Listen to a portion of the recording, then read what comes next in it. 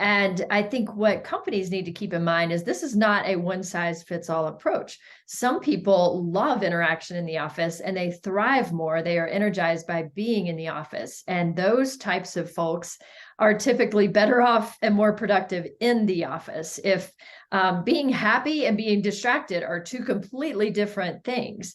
Following your purpose and being passionate about something versus having a tendency to chase bunny rabbits, or do things that are distracting. Those are different topics. And so Hey there, peeps. This is Michelle Nedelak. Thank you for listening to the show. I would love if you could give us your opinion on how you felt about the show, your experience that you have in regards to what we've been talking about. I am having an absolute blast, but your input is like dynamite on that explosion. So give us your input. We'd love to hear from you. Any questions, comments, concerns? Give us everything you got. We love it. Thanks. I hope you're having an awesome day. Welcome to the Business Ownership Podcast, brought to you by Awareness Strategies, helping you navigate the waters between entrepreneurship and ownership. Hey there, peeps. This is Michelle Nedelak, and I'm super excited to have you here with us today because I'm here with my most amazing guest, Tabitha. Tabitha, thank you so much for being here with us today. Michelle, love being on your show. Thanks for having me. Awesome. So give everybody the highlight of who you are and what you do for business. Yeah, there are three key things that I help businesses with. My background is in the financial sector. I'm doing innovation and sustainability for large organizations. I've got over 20 years of experience with business transformation. And more recently, I've really been helping businesses in the last 6 years with three key things. One is managing your own energy, and that includes the energy of the culture of your organization. Helping them learn how to gamify their workday to keep that energy and vibe high. And then setting up waypoints as your journey along life's way, rather than stressing out about finding your purpose all at once. So those are three of the things I've been up to that I think any business entrepreneur might find interesting. Nice. I love it. So that seems way more fun than finance. How did you get into that? Right. I know. How did you make that transition and twist? Well, I was in e-payments way back before PayPal, and that led to working for some large organizations that used our payment services. And there I started doing renewable energy investments and REITs, and really enjoyed getting into the sustainability side as a passion piece of that. And after 18, 20 years or so of being in sustainability and living in the Southeast, where people think climate change is just like a made up political thing, I got pretty burnt out.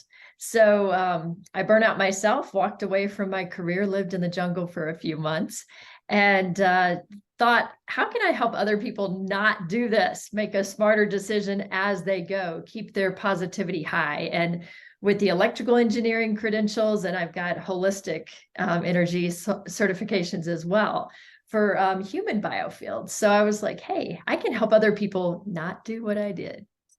Nice. I love that.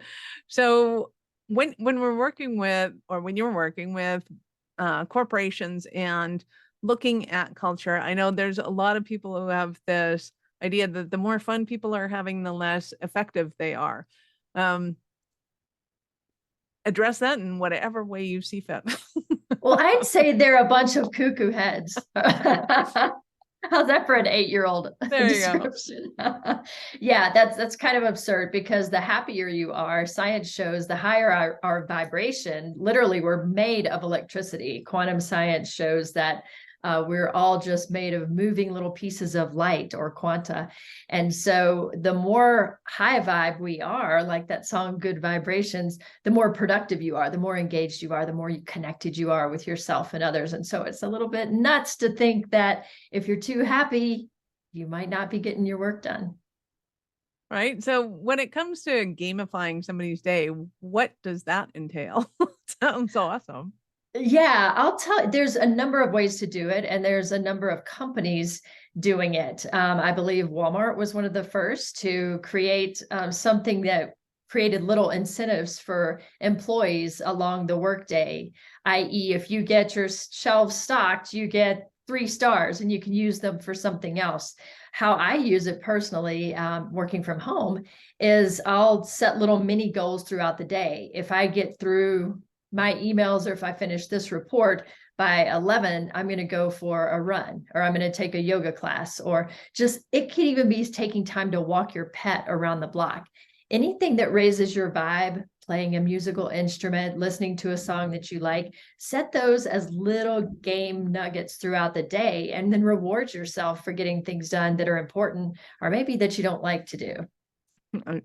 So when it comes to, because I know a lot of companies right now are struggling with the whole idea of, do we give people flex time? Do we, let them work from home? What are we doing with all of this? And I think that the employees can have a struggle with that as well, in that, some of us grew up in a generation that, I can go for a walk between 9 to 5, but I'm going to carry my cell phone and be in a meeting while I'm doing it, which, is fine as long as it got you out of the house. And some are like, no, I'm just stopping and I'm going to go for a walk and I'm going to come back and then I'm going to do my thing. So how does management kind of deal with the idea that certain employees just deal with that time off in different ways? And is there a way to be able to say, hey, you can have fun and this is how it's going to execute afterwards? Yeah. And I think it's key and important that you use the word "and" there, because you can have fun and be productive. It's not an either or. And I think what companies need to keep in mind is this is not a one size fits all approach. Some people love interaction in the office and they thrive more. They are energized by being in the office. And those types of folks are typically better off and more productive in the office. If being happy and being distracted are two completely different things.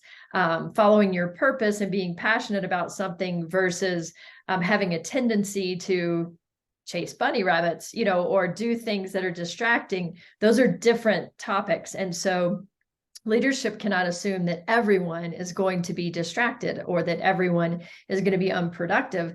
Every single person is different. Some are energized by being at home and others are energized and more productive when they're in the office. So the first thing I would recommend is don't treat everybody the same and don't make a fell swoop policy for everyone, because, unless the policy is to take each person, at a time, because I think you can make a lot of mistakes that way. You're going to lose a lot of good people who don't want to return to the office. And I would also say, what do the results show? Has that person's productivity gone up when working remotely, or does it go down? And let the results speak for themselves. All right. So when it comes to those results, do you use tracking software? Do you have ways of kind of figuring out how much work people are getting done, KPIs, all that kind of fun stuff? Or what do you do? It depends. The work that I'm doing now is in association with Epic Pivot. I'm a partner at a group called Epic Pivot, and we do purposeful transformation for organizations.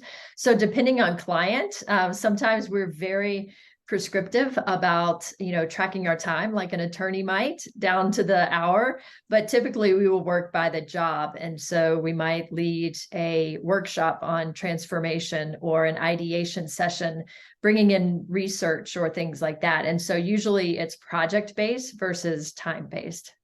Nice. Because I know, and I joke about this all the time, that I'm very sociable, very, I need to be interacting with people.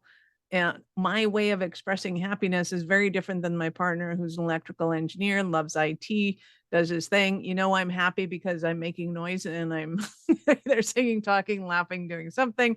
And with him, the quieter he gets, the more productive he is, and the happier he is, quite frankly, because if he's not happy, you hear about it. That's so true. That's so yeah, true. I can totally see that in a company, if you have a marketing department, a sales department, a IT department, and a legal department, all four of those departments are going to act totally differently, and their definition of what makes them happy and how they express happiness is going to be substantially different. Yeah. And, I like to use a tool. It's called the AEM Cube, developed by Peter Robertson in the EU. And it uses a three different axes to help people understand different aspects of how they get into action. So instead of being a psychometric tool like DISC or Myers-Briggs or PI, which says how I feel and how I communicate, this one is like, how do I move? How do I ontologically get into action? And what I think is cool about it is it's based on physics and ethology. And if you're into change and transformation, like, this is what you want to use. It helps predict who's going to thrive out of the office and who's going to thrive in the office. So one of the axes, for example, is exploration, which you can graph along the growth curve. The people at the beginning, new ideas all the time, creatives like your marketing department.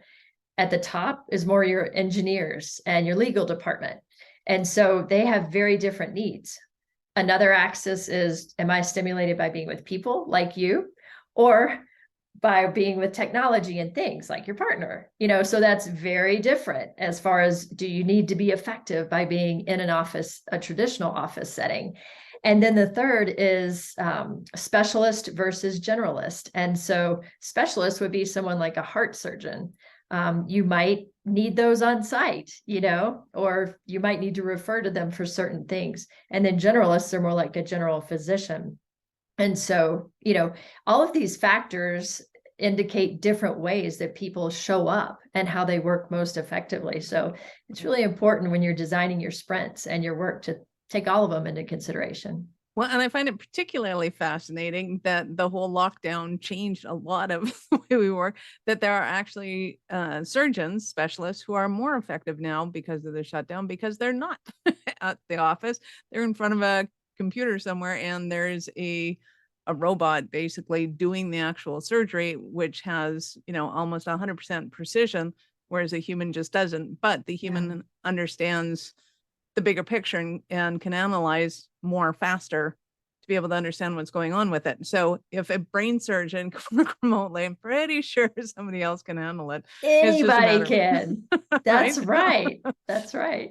It's just a matter of how we organize it. So would you say that there's a difference between kind of what I'm going to call the front line, the people actually doing things, hitting the keys, talking to people, whatever the case might be, middle management, and then upper management, as far as how they need to incorporate the concepts and make sure that people are implementing them? If they have to make sure, I don't know how you have to make sure somebody's playing a game, but I picture like 5-year-olds playing soccer. It's like, make sure they're on the field. Like, I know, right? You can go anywhere you want as long as you're in the field. Yeah, I think I'm a big fan of decentralization in my writing, in my observation of energy, and the biggest problems that we have in the world, in large part, can be complicated further by the fact that they are centralized. And so the first thing I would do is look at what is the most simplified solution. So if you had a local team and the context was, we're going to be working on creating new ideas for a new product that's never been done, then I would make sure and find out, is that product for people that are highly technical? Is it for people for interaction? What is it for? And then develop the team around the context at hand. So develop the team with their skills, with their specialization, with their preferences for collaboration, and then look at, should they be in the office? Should they be the remote? Because every team is going to be different, and looking at it based on context versus industry or general rule, throughout a corporation, I would always say, what is this one specific context? Now, what are the people that I'm playing with in this context? And now what's going to give us the most powerful result? Nice. So when somebody is contemplating a project like that, ideally they would bring you in ahead of time. I don't know if your clients are like mine, like, we needed you yesterday. Where were you? So do they bring you in kind of as a planning of how long and how this project is going to go? Can they bring you in halfway through when they realize, hey, this has gone awry, we should really backtrack and think about these things? How does that all work? Michelle, now we Nobody have does both that. like we have both done a lot of tech, and I am here to tell you that nobody has ever brought me in proactively and said, we would like to plan ahead. Everyone brings me in once their hair is pulled out, once it's completely gray, and says, I don't know why this nut's working. Can you do that thing?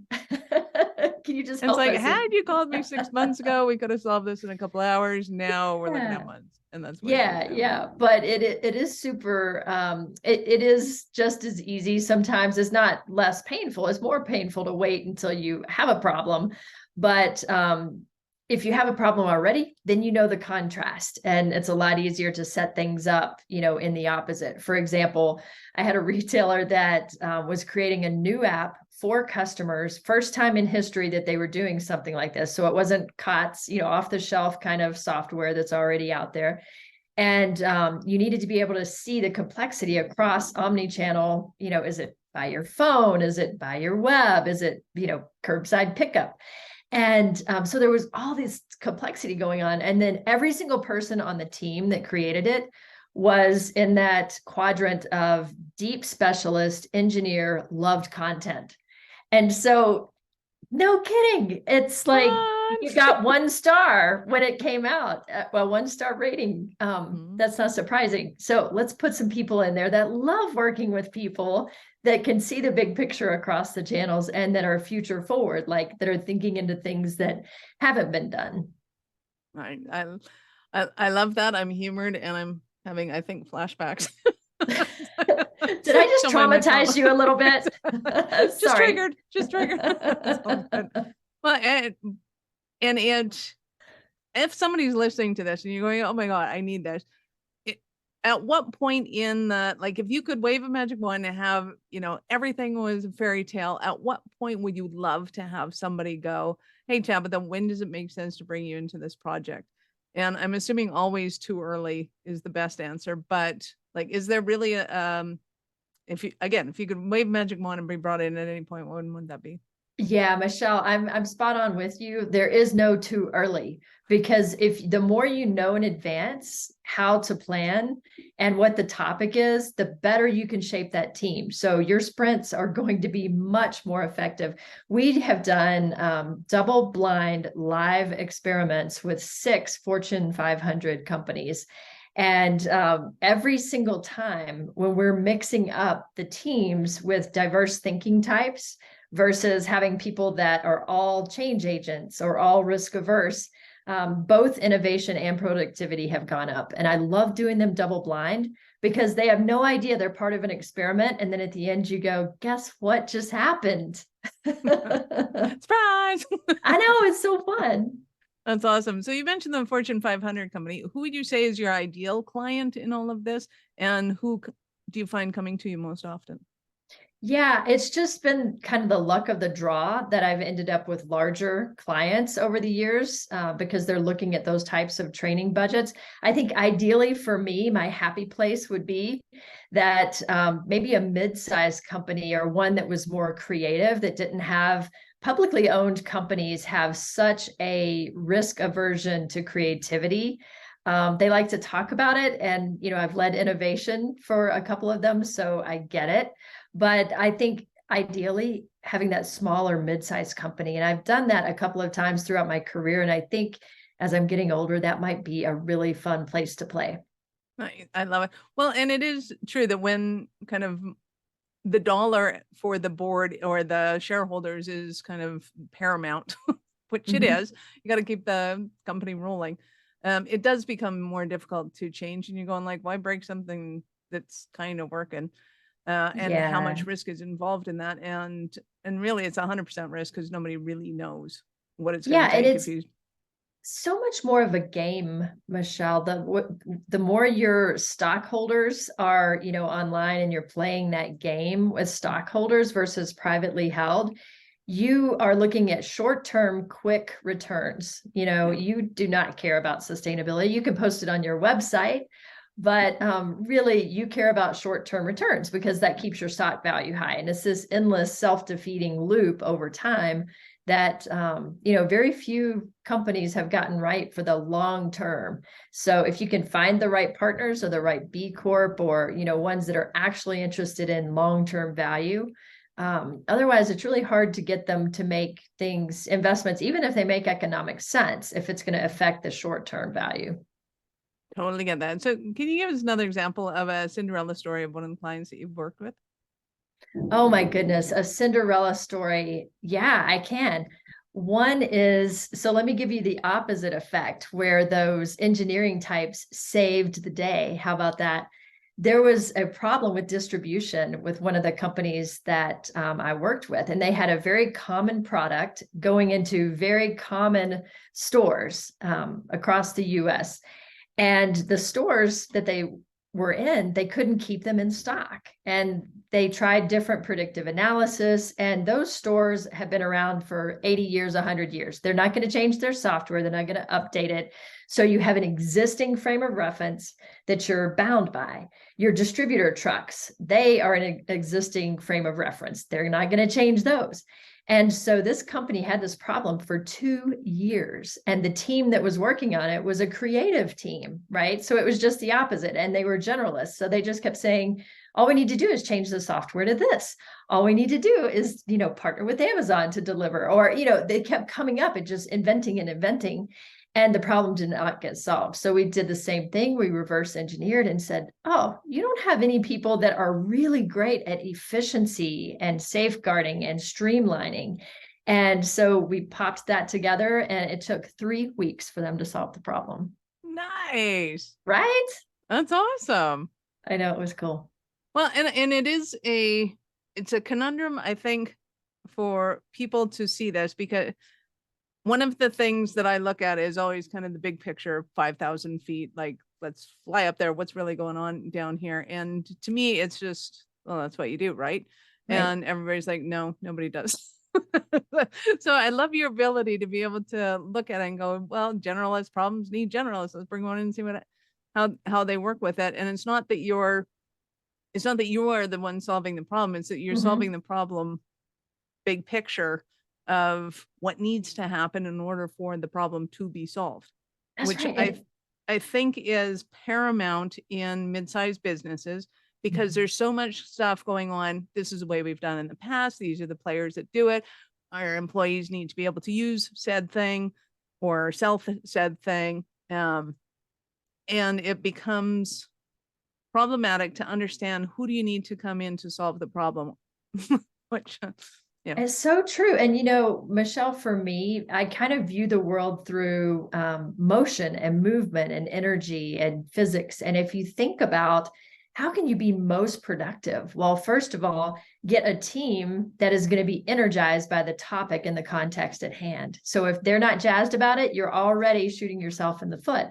Once you get that energized team, be super clear, direct them, so if you're plugging a lamp into the wall, the current doesn't come through, the power doesn't come through until you're connected, right?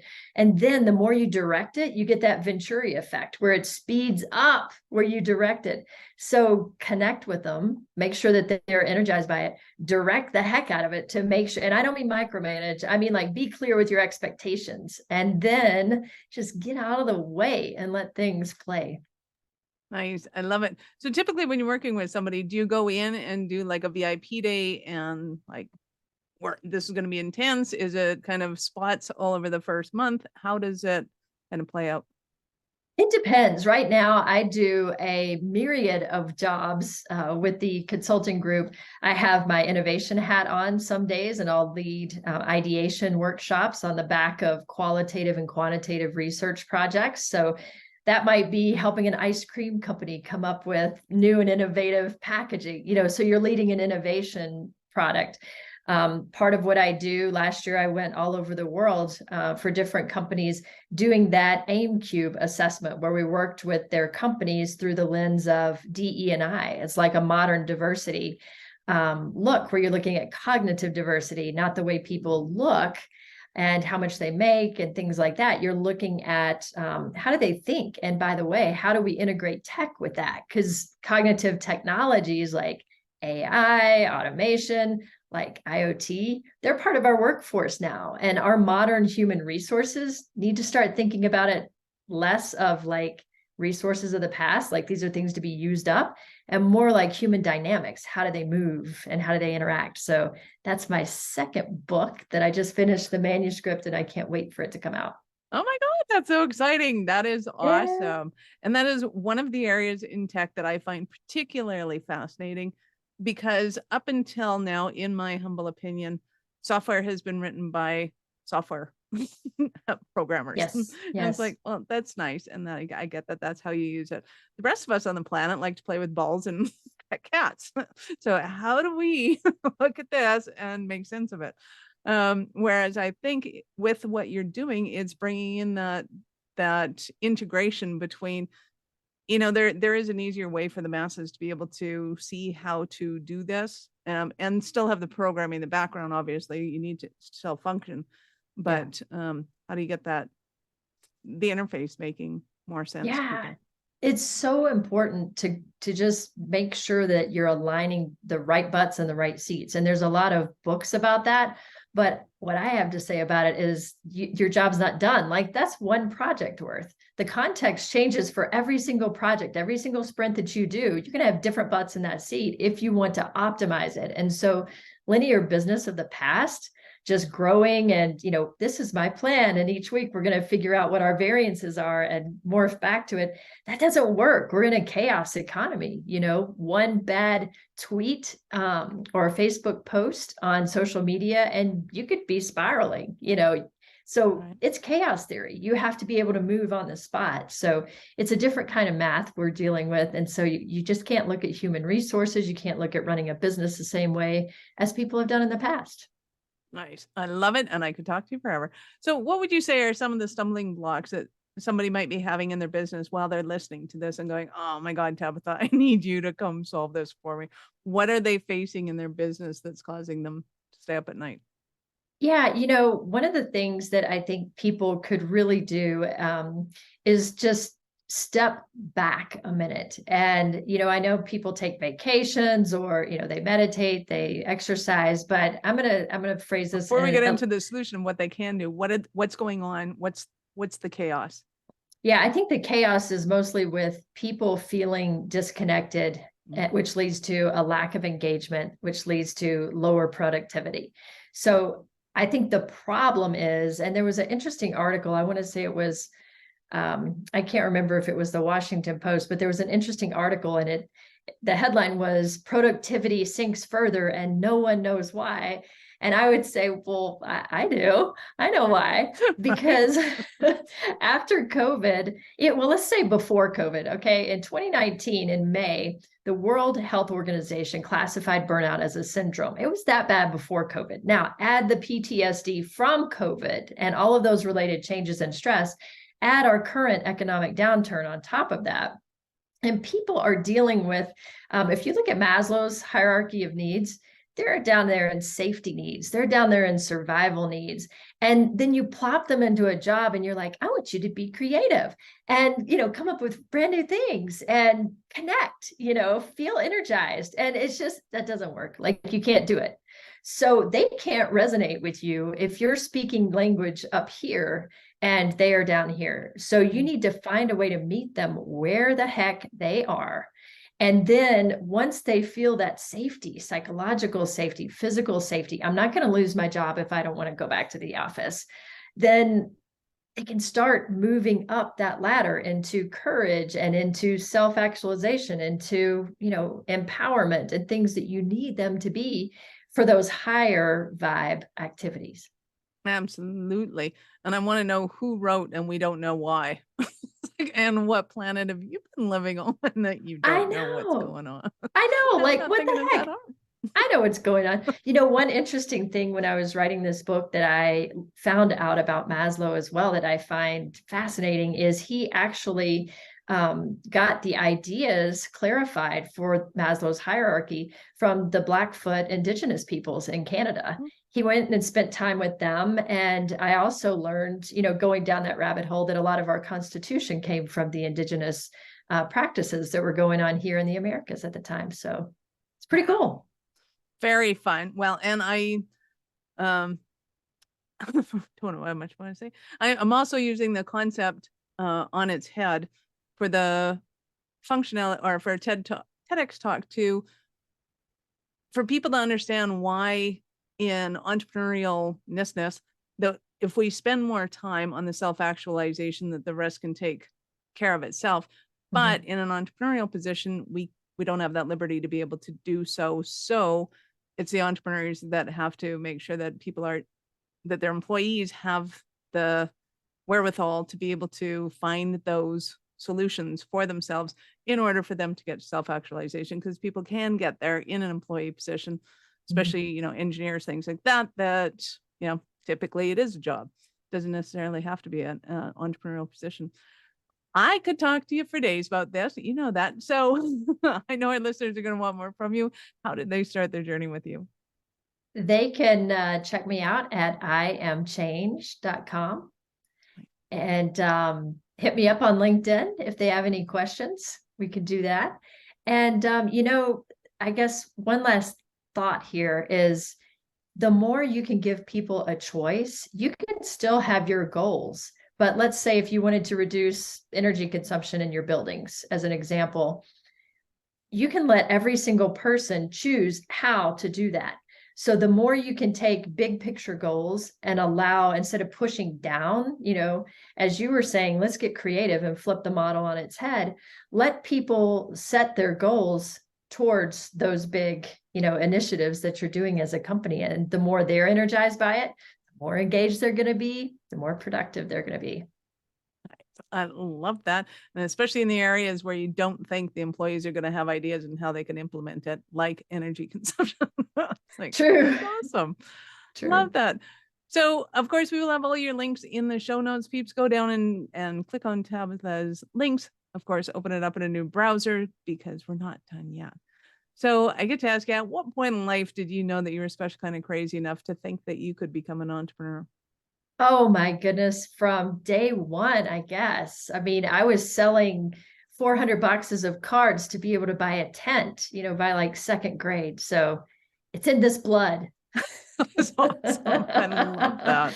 If I wanted something, I had to sell stuff and then I got it. So it was just this process. You know, my parents were school teachers, so it was wonderful. They let me be a little entrepreneur, you know, as I grew up, and encouraged that.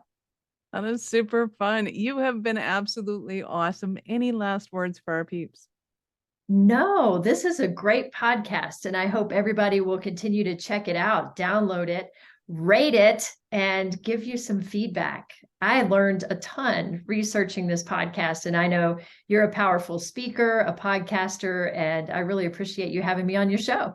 Awesome. Well, I appreciate having you on the show. You've been a blast. I appreciate your time, and I know how valuable it is. Thank you. Woohoo! See ya. Awesome. Peeps, this is Michelle Nedelec. As she said, make sure you subscribe to the show, share it with your friends. We love helping entrepreneurs grow. Are you running a business over 7 figures but still struggling with technology headaches? Pay attention. You do not want to miss this offer. This podcast episode is brought to you by Awareness Strategies, who is offering a custom-built digital adoption roadmap for anyone running a business over 7 figures who's wanting to grow their business in the next 5 years. And it's not just a roadmap. They offer full implementation as well, if that scares the out of you. Check out awarenessstrategies.com/roadmap for more details today. The link's in the show's notes. Don't regret not doing this. Do it now. That's awarenessstrategies.com/roadmap.